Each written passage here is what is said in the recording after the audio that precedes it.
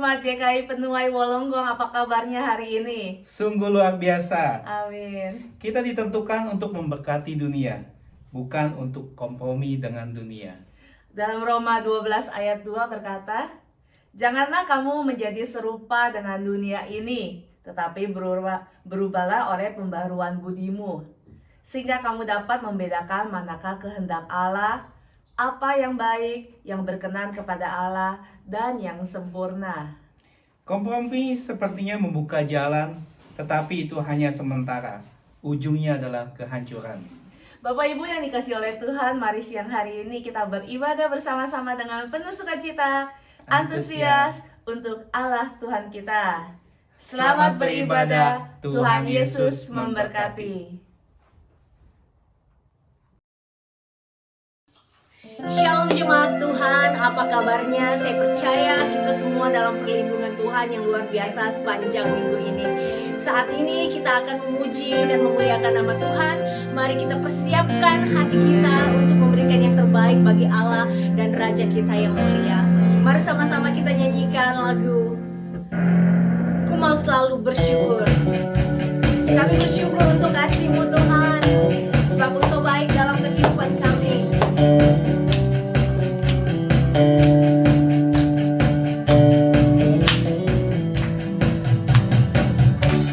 Tuhanlah kekuatan dan mazmurku, Dia gunung batu dan keselamatanku. Hanya padamu hatiku percaya, Kaulah menara, Kau kota perlindungan. Ku mau selalu bersyukur, sebab cinta-Mu padaku takkan pernah berubah. Hatiku percaya, walau bumi bergoncang, gunung-gunung beranjak, namun kasih setiamu tak pergi dariku. Haleluya, besar setiamu Tuhan.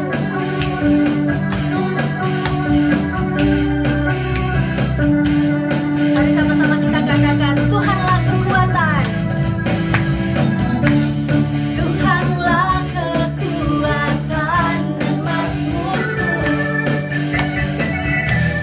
Dia gunung batu dan keselamatanku. Hanya padamu Tuhan, yes, hatiku percaya, Kaulah menara, Kau kota perlindungan. Ku mau selalu bersyukur, sebab cinta-Mu padaku takkan pernah berubah. Hatiku percaya, walau bumi bergoncang, gunung-gunung beranjak, namun kasih setiamu tak pergi dariku. Ku mau selalu bersyukur, sebab cinta-Mu padaku takkan pernah berubah. Hatiku percaya, walau bumi bergoncang, gunung-gunung beranjak, namun kasih setiamu tak pergi dariku. Kasih setiamu tak pergi dariku. Kasih setiamu tak pergi dariku. Puji Tuhan. Terima kasih Tuhan. Saatnya kita mau diisi oleh kebenaran firman Tuhan. Biarlah firman itu menjadi kekuatan dalam kehidupan kita, menuntun hidup kita semakin hari semakin dekat dengan Tuhan. Karena firman itu bagikan pelita yang menuntun kehidupan kita, supaya setiap hari kita bisa berjalan di dalam jalan Tuhan. Terima kasih Bapa.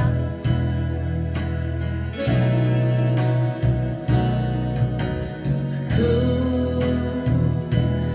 bersyukur sebab Kau setia. Ku memujimu karena Kau sangat baik, mulia namamu. Ku tinggikan, ku agungkan selama hidupku. Mari sama-sama katakan, ku bersyukur. Amin Tuhan. Ku bersyukur sebab Kau setia, dan ku memujimu karena Kau sangat baik, mulia namamu. Ku tinggikan, ku agungkan selama hidupku. Katakan mulialah. Amin Tuhan.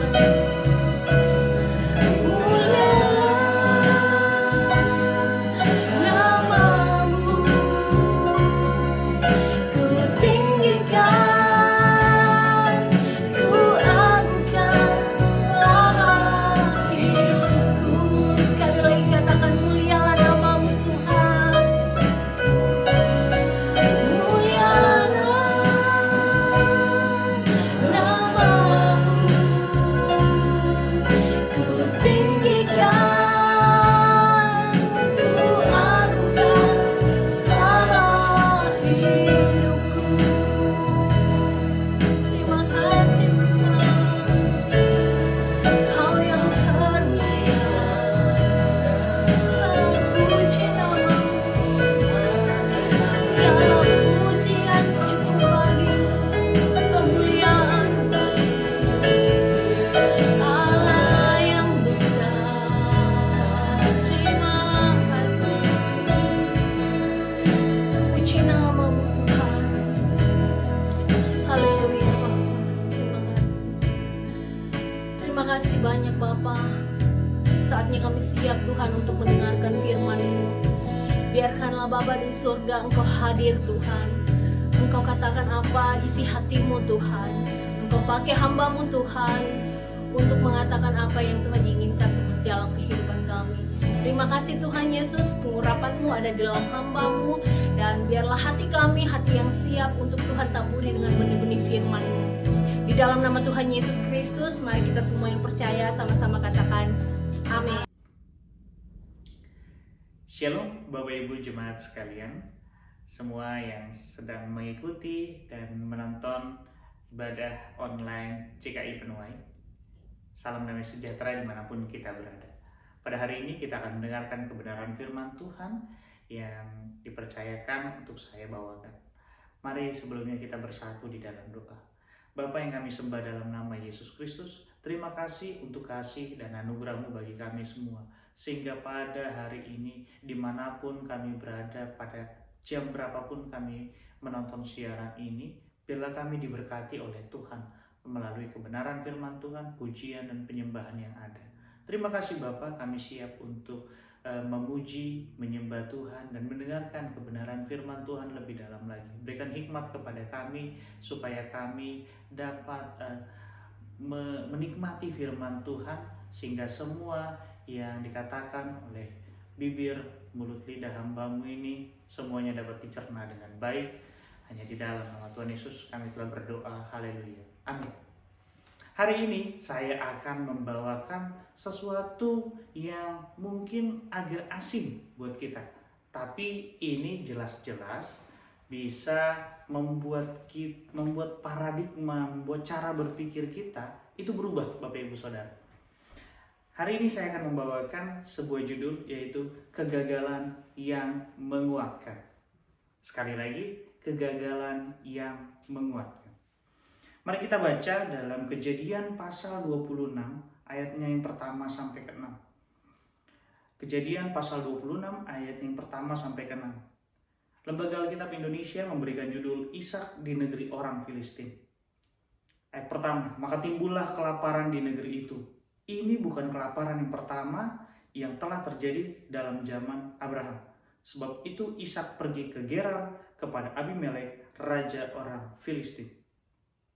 Lalu Tuhan menampakkan diri kepadanya serta berfirman, janganlah pergi ke Mesir, diamlah di negeri yang akan kukatakan kepadamu. Ayat ketiga, tinggallah di negeri ini sebagai orang asing, maka aku akan menyertai engkau dan memberkati engkau. Sebab kepadamulah dan kepada keturunanmu akan kuberikan seluruh negeri ini. Dan aku akan menepati sumpah yang telah kuikrarkan kepada Abraham, ayahmu.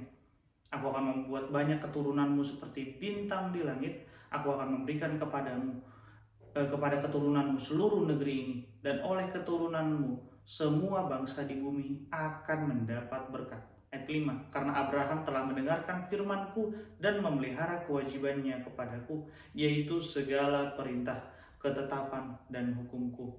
Ayat 6, jadi tinggallah Ishak di Gerar.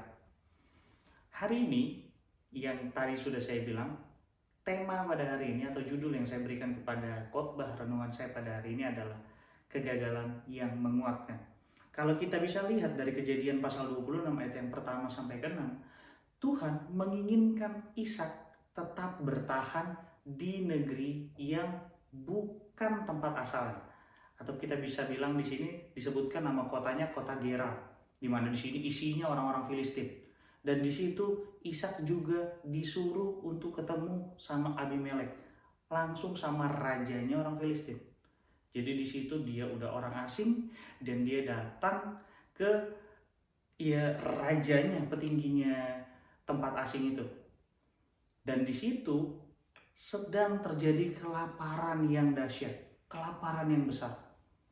Tapi Tuhan bilang apa? Tuhan bilang jangan pergi ke Mesir. Kenapa Tuhan bilang jangan pergi ke Mesir? Karena ini ada background story-nya. Jadi pada Kejadian pasal 12 ayat yang pertama sampai seterusnya, di situ diceritakan ada juga kelaparan yang terjadi pada waktu itu. Makanya dibilang ini bukan kejadian kelaparan pertama pada zaman Abraham. Ini yang kesekian kali. Jadi pada yang pertama kali itu Abraham juga di kota di mana dia tinggal terjadi kelaparan. Tapi dia malah memilih untuk pergi ke Mesir. Di mana di situ terjadi, ya Bapak Ibu mungkin ingat, seorang petinggi datang ke Abraham dan pengen istrinya si Sarah gitu. Lalu si Abraham ya bilang, dah ini sepupuku gini-gini. Jadi ya disitulah terjadi lagi pencobaan. Di situ terjadi masalah-masalah baru karena dia menghindari masalah satu. Dia datang ke tempat lain, dia datang ke Mesir dan mendapatkan masalah baru. Dan di sini Ishak disuruh Tuhan untuk tinggal dan tetap bertahan di tempat di mana sedang terjadi kelaparan. Jadi Tuhan pengen banget Ishak bertahan. Enggak seperti bapaknya yang kabur lari ke Mesir. Enggak. Ke tempat yang banyak sekali melimpah makanan di sana. Enggak. Tuhan enggak mau Ishak jadi orang yang imannya lemah. Makanya dibilang, dijanjikan Tuhan, tinggallah di negeri ini sebagai orang asing, maka aku akan menyertai engkau, di ayat ketiga ya, dan memberkati engkau, sebab kepadamulah dan kepada keturunanmu akan kuberikan seluruh negeri ini, dan aku akan menepati sumpah yang telah kuikrarkan kepada Abraham ayahmu. Jadi di sini Tuhan menginginkan Ishak untuk bertahan di tempat yang sedang terjadi atau terlanda bencana kelaparan, tapi Tuhan mau tunjukkan kasih karunia kepada Ishak dengan tetap menyertai, dengan tetap memeliharanya. Di sini kita bisa tahu kenapa Tuhan pengen banget Ishak bertahan di tempat terjadi kelaparan ini. Karena Tuhan ingin menunjukkan kemuliaannya lewat Ishak. Jadi hari ini saya pengen kita semua bertanya dalam hati, kenapa kita perlu belajar dari kegagalan? Jadi kita perlu bertanya dalam hati kita, kenapa kita perlu belajar dari kegagalan? Bapak Ibu Saudara sekalian, tidak sedikit atau adalah beberapa contoh di Alkitab di mana orang tua gagal mendidik anak. Orang tua gagal mendidik anak. Kita coba saja sebut contoh Imam Eli yang gagal mendidik Hofni dan Pinehas. Mereka jadi berandal-berandal di bait suci. Bayangin, kedua anak imam ini, Imam Eli ini bukan imam biasa. Bayangin, dia adalah mentor dari Samuel. Salah satu nabi, salah satu imam, bahkan salah satu yang digadang-gadang sebagai calon raja. Pada waktu itu Samuel, ini loh mentornya. Tapi mentornya gagal mendidik anak-anaknya. Ya. Kenapa kita perlu belajar dari kegagalan? Kita lihat Ishak dan Ribka. Mereka ini pilih kasih banget antara Esau dan Yakub. Makanya terjadilah perselisihan yang luar biasa antara Esau dan Yakub. Lihat ya. Mereka ini cuma beda berapa second lahir. Tapi lihat bagaimana kasih sayang yang tebang pilih ini. Ini gagal nih. Sehingga kedua saudara ini bahkan sampai anak cucunya, bahkan sampai saat ini susah bersatu. Karena apa? Karena tebang pilih ini. Selain daripada memang ini sudah dinubuatkan, tapi ini salah satu kegagalan. Oke. Orang tua zaman dulu, nggak usah zaman dulu, mungkin zaman sekarang juga masih ada yang menceritakan bagaimana keberhasilan mereka atau hal susah payah apa yang sudah mereka lakukan untuk mencapai sampai saat ini. Kayak contohnya cerita dulu opa, kan gitu. Kalau udah pakai kata dulu tuh udah, wah ini sesuatu yang megah gitu, hebat, luar biasa, spektakuler, dramatis gitu. Dulu opa itu jalan kaki ke sekolah itu sampai 5 km, nggak pakai alas kaki, barefoot begitu. Jadi diceritakan hal-hal yang dramatisir, diceritakan hal-hal yang ini tuh menyedihkan sehingga bisa sampai ke titik ini. Tapi nggak pernah diceritakan kegagalannya, nggak pernah diceritakan bagaimana dia ditipu saat membuat sebuah usaha, nggak pernah diceritakan dia dibohongi, nggak pernah diceritakan saat dia jatuh mungkin stok sahamnya, nggak diceritakan saat mungkin dia ikut seperti saya dan beberapa teman lain yang ikut sebuah investasi dan gagal gitu. Nggak dicerita-ceritain tuh yang kayak gitu. Padahal kegagalan itu penting buat generasi selanjutnya. Biar apa? Biar mereka makin was-was. Oke, kita masuk nih. Kenapa kita perlu belajar dari kegagalan? Apalagi kegagalan kita punya ancestor atau pendahulu-pendahulu kita. Kenapa kita perlu belajar dari kegagalan? Yang pertama itu agar kita tidak perlu mengulanginya. Kita nggak perlu mengulangi kegagalan-kegagalan yang udah ada sebelumnya, yang sudah pernah terjadi. Kita udah tahu nih. Contoh yang sekarang lagi ngetren soal subsidi BBM. Udah tahu dari dulu bahwa subsidi BBM itu selalu salah target. Sampai kemarin survei 70% itu dinikmati oleh orang menengah ke atas atau orang yang berkecukupan. Padahal subsidi itu diperuntukkan untuk yang menengah ke bawah atau bahkan yang ekonominya rendah. Tapi enggak. Karena udah tahu salah. Ini salah bukan cuman zaman Pak Jokowi, ini sudah salah dari zaman Gus Dur. Sudah salah ini. Tapi kenapa nggak bisa diperbaiki? karena nggak belajar. Saya bukan ahli ekonomi, apalagi ahli perancangan dana APBN dan sebagainya. Tapi saya yakin banget ini salah. Karena ini sudah berpuluh-puluh tahun, tapi nggak ada perbaikan sama sekali. Bayangin, sampai 70% salah target. Artinya apa? Ini gagal. Ini gagal. Dan nggak belajar dari kegagalan sebelumnya. Oke, kita bahas lagi yang lain. Contoh yang happening saat ini, Sri Lanka, negara yang bangkrut. Bayangin, negara bangkrut karena apa? Karena nggak bisa bayar bunga pinjaman. Bayangin, bukan cuma nggak bisa bayar pinjaman, bahkan bunga pinjamannya pun dia nggak bisa bayar. Ini karena apa? Karena itu hedonisme. Karena apa? Karena pengeluaran yang gak penting itu selalu dikeluarin. Bagaimana bangun ini, bangun itu, yang gak penting, yang gak bisa untuk membangun ekonomi sebuah negara. Dibangunlah pelabuhan, dilihat bahwa wah ini Sri Lanka ini pelabuhannya mendatangkan perekonomian yang besar. Enggak, ternyata nggak terjadi itu. Dan lucunya pas udah dilihat ternyata pelabuhannya nggak menghasilkan uang, bukannya dananya dialihkan ke tempat lain, enggak, ternyata pelabuhannya diperbesar. Dianggap bahwa pelabuhannya itu masih punya potensi. Tapi kita lihat sekarang bahwa pelabuhan yang mewah itu sekarang dikuasai oleh negara lain, bukan oleh negara Sri Lanka, di mana sekarang sudah dari 2019 lalu sudah disewa selama 99 tahun, genapinlah 100 tahun. Bayangin itu udah disewa 100 tahun. Nggak belajar dari kegagalan.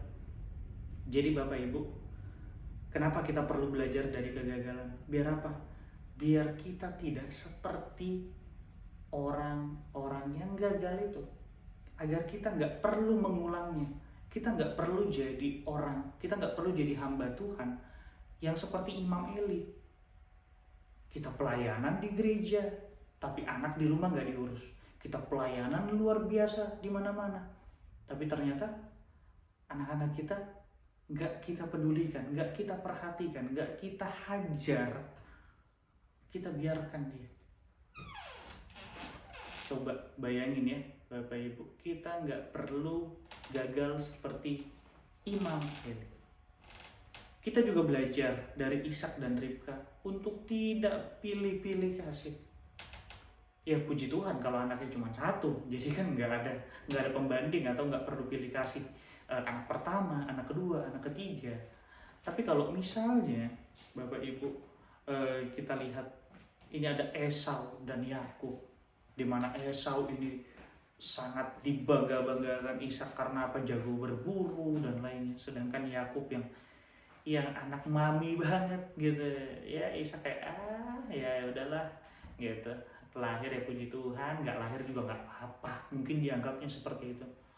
Kita jangan jadi yang seperti itu, jangan jadi orang gagal seperti itu, jangan jadi seperti anak muda yang datang kepada Tuhan bilang semua sudah kulakukan Tuhan, tapi waktu Tuhan bilang ya tinggalkan hartamu ikut aku, dia nggak siap. Bapak Ibu, orang anak muda itu yang bilang sudah melakukan segala sesuatu, sudah lakukan 10 perintah Allah, sudah lakukan semuanya itu, tapi nggak mau tinggalkan hartanya buat Tuhan, itu orang yang gagal. Saya nggak bilang sekarang kalian suruh tinggalkan harta kalian, jual rumah kalian dan sebagainya, enggak. Tapi mau nggak kalian menyediakan hidup kalian buat Tuhan? Jangan jatuh ke lubang yang sama. Yang poin pertama tadi ya, kenapa kita perlu belajar dari kegagalan? Agar kita tidak perlu mengulanginya. Oke, kedua, kenapa kita perlu belajar dari kegagalan? Karena agar kita punya better decision, kita punya pilihan yang lebih baik. bahkan bukan cuma lebih baik, tapi yang terbaik. Karena kita belajar dari kegagalan, lalu kita membawanya dalam doa, perenungan pada firman Tuhan, dan kita bisa lihat apa yang harus dilakukan dari sisi Tuhan. Bukan cuma dari sisi biar gimana nggak gagal, enggak, tapi gimana caranya menyelesaikan sebuah masalah dari sisi Tuhan. Kita lihat tadi contoh kayak Imam Eli, gimana nih cara didik anak.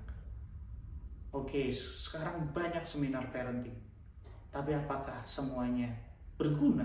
Apakah semuanya itu work in our family? Belum tentu. Makanya kita tanya Tuhan, kita baca firman Tuhan. Disitulah jalan keluarnya. Tuhan akan memberi hikmat kepada kita. Filipi 4 ayat 13, segala perkara dapat kutanggung di dalam Dia yang memberi kekuatan kepadaku. Untuk orang-orang yang pernah mengalami kegagalan atau pernah mendengar kegagalan dari orang tuanya, dengar ini, segala perkara dapat kutanggung di dalam Dia yang memberi kekuatan kepadaku. Kita kadang takut melangkah karena takut gagal, tapi percayakan semuanya kepada Tuhan. Percayakan semuanya kepada Tuhan dalam arti dalam perencanaannya kita hadirkan Tuhan, dalam eksekusinya juga kita hadirkan Tuhan. Jangan cuma waktu eksekusi dan kita butuh resultnya kita baru doa sama Tuhan. Jangan, Bapak Ibu. Itu namanya kita kayak aji mumpung, ya jadi oke, nggak jadi oke, gitu. Nggak gitu. Tapi di mana kita doing the best. Karena ketika kita menyertakan Tuhan, pasti kita harus kasih yang terbaik. Dan di situ tidak ada kemungkinan gagal. Yang ada kemungkinan belajar.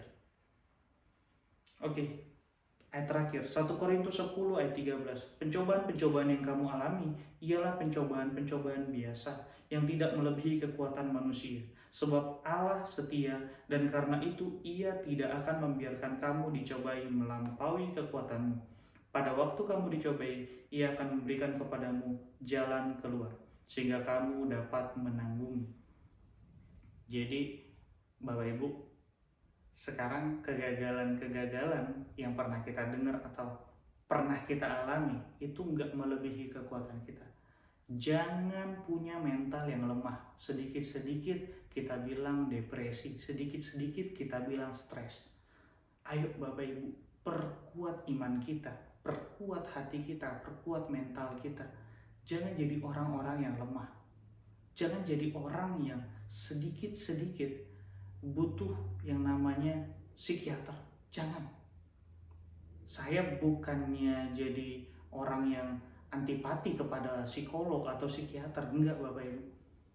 Justru saya mempermudah pekerjaan mereka. Biar apa? Biar enggak banyak orang yang permasalahannya itu bisa dihadapi sendiri. Tapi kenapa dia butuh pertolongan orang? Atau permasalahannya bisa dia jalani dengan Tuhan, tapi kenapa dia harus cerita gembor-gembor ke orang lain? Oke, butuh bantuan, tapi kenapa harus dengan iming-iming depresi, stres, atau yang lainnya? Jangan Bapak Ibu. Kita harus jadi orang-orang yang kuat dalam Tuhan, sebab orang-orang yang kuat dalam Tuhan akan melalui jalan-jalan berbatu, jalan-jalan yang susah, sulit, bahkan jalan-jalan yang kelihatannya mustahil, tapi tetap bisa dilewati. Sebab apa? Sebab Tuhan itu selalu menyertai kita. Jadi hari ini kesempatan-kesempatan yang Tuhan berikan untuk melakukan sebuah inovasi, sebuah usaha, sebuah pekerjaan dan lainnya, kesempatan yang Tuhan berikan kepada kita saat ini, pakai dengan baik. Gagal nggak masalah Bapak Ibu, gagal nggak masalah. Tapi kalau gagal dan Anda terpuruk karena kegagalan itu masalah. Jadi datang kepada Tuhan, belajar dari kegagalan-kegagalan untuk apa? Untuk kita bisa kuat Sekian firman Tuhan dari saya. Mari kita bersatu dalam doa. Bapa, terima kasih untuk kasih dan karunia-Mu pada hari ini. Kami sudah mendengarkan kebenaran firman Tuhan. Tuhan, kuatkan kami. Biarlah semua yang mendengarkan kebenaran firman Tuhan ini mungkin sekarang sedang mengalami kesulitan, baik finansial ataupun mereka sedang mengalami kelemahan dalam mental Tuhan. Tuhan, biar Tuhan yang kuatkan mereka. Tuhan berikan kemampuan kepada mereka untuk menyelesaikan masalah. Biarlah hikmat daripada Tuhan turun atas mereka menjadi orang-orang yang kuat, baik secara mental, fisik, baik juga mereka punya finansial yang membaik. Tuhan, biarlah dimanapun mereka berada, mereka dapat menjadi berkat. Tidak hanya berkat secara materi, tapi juga berkat untuk membuat suasana seperti suasana surga. Tuhan, terima kasih Bapa. Ini kami semuanya dalam nama Yesus kami berdoa. Amin. Haleluya, kita selesai mendengarkan firman Tuhan hari ini yang saya percaya Pastor Benny sudah menjadi berkat yang besar buat kita sekalian. Bapak Ibu yang dikasihi Tuhan, besok ada acara Kid Fairs yang diadakan untuk anak-anak kita sekalian. Reach out about 80 children, 80 anak kita harapkan bisa di dalam acara itu. Kita doakan, dan kita juga mengundang kalau ada di antara Bapak Ibu Saudara yang ingin join bersama-sama Kids Fair di gereja di JKI Cireh jam 12.30 ya. Jadi kita akan bersama-sama merayakan acara itu dan kita akan memberkati anak-anak kita. Ibadah kita yang akan datang kita adakan tanggal 1 Oktober nanti, dan mari kita tetap setia di dalam anugerah Tuhan. Sebentar kita akan membawa persembahan. Nanti saya minta Pastor Yeni akan berdoa dan juga sekaligus doa syafaat sebelum kita selesai dengan ibadah siang hari ini. Tuhan Yesus memberkati. Bapak Ibu yang dikasihi oleh Tuhan, mari kita bersatu hati dalam mendoakan beberapa doa syafaat kita. Bapa Tuhan Yesus yang baik, yang kami sembah, terima kasih Tuhan, kami telah mengikuti ibadah dari awal pertengahan hingga akhir Bapa. Bapa, kami mau menaikkan beberapa doa syafaat kami ya Bapa. Yang pertama kami mendoakan bahwa bawa persembahan ini ya Bapak, doa persembahan kami, kiranya tangan Tuhan yang memberkati, tangan-tangan yang memberi persembahan, tangan-tangan yang memberi perpuluhan, ucapan syukur atau apapun ya Bapak, kiranya Tuhan yang terus ya Bapak memberkati finansial dari sedang jemaat-Mu JKI Penuai Wolonggong ini ya Bapak. Bapak, kami juga mau berdoa untuk program Kid Fair, acara Kids Fair yang minggu ini akan berlangsung 25 September. Bapak, kami minta pertolongan, penyertaan tangan Tuhan Bapak dalam acara ini sehingga acara ini dapat terlaksana dengan baik dan lancar Tuhan. Sehingga anak-anak ya Bapak dapat terus ya Bapak menjadi anak yang takut akan Engkau. Anak-anak menerimamu ya Bapak. Terus ya Bapak hidupnya berkenan di hadapan-Mu ya Bapak. Terima kasih Bapak, kami terus topang hamba-Mu Pastor Jeffrey Welan dalam memberitakan firman-Mu ya Bapak, sehingga anak-anak dapat menerimanya ya Bapak, bahkan berbuah manis di dalam kehidupan mereka ya Bapak. Terima kasih Bapak, semua panitia yang ada dapat bekerja sama, dapat bekerja semaksimal mungkin, semua kami kembalikan untuk kemuliaan nama-Mu ya Tuhan. Terima kasih Bapak, kami serahkan acara Kid Fair ke dalam nama Tuhan Yesus. Kami juga terus mau topang setiap pengumuman, setiap kerinduan doa-doa dari sidang jemaat-Mu JKI Penuai Wolonggong ini ya Bapak. Kiranya tangan Tuhan yang terus melindungi, tangan Tuhan yang terus ya Bapak, yang menjawab setiap doa-doa sidang jemaat-Mu ya Bapak. Khususnya kami berdoa untuk yang sakit Bapak. Kami percaya Engkau Jehovah Rafa kami ya Tuhan. Tuhan yang menyembuhkan dengan bilur kuasa darah-Mu ya Bapak. Sakit penyakit kami tolak di dalam nama Tuhan Yesus ya Bapak. Yang memerlukan pekerjaan, kesulitan dalam finansial, Tuhan yang mencukupi ya Bapak. Terima kasih Bapak, kami serahkan pengumpulan sidang jemaat-Mu, setiap kerinduan doa-doa sidang jemaat-Mu, Engkau yang melirik setiap pribadi demi pribadi ya Bapak. Di dalam nama Tuhan Yesus kami berdoa, haleluya, amin. Haleluya, haleluya. Ibadah telah selesai, Bapak Ibu sekalian. Kita akan menerima berkat yang datang daripada Tuhan. Mari kita bersatu di dalam doa. Terima kasih Bapak atas siang hari ini Tuhan. Kami bisa bersama-sama mendengarkan firman Tuhan yang dibawakan Pastor Benny Samuel yang sungguh sangat memberkati kehidupan kami. Bapak Ibu sekalian, mari kita angkat kedua tangan kita untuk menerima berkat yang datang daripada Tuhan. Berkat kasih karunia dari Allah Bapa, damai sejahtera dari Tuhan Yesus Kristus, serta persekutuan daripada Roh Kudus menyertai kita sekalian sampai Maranatha Kristus datang kembali. Di dalam nama Yesus. Haleluya. Amin.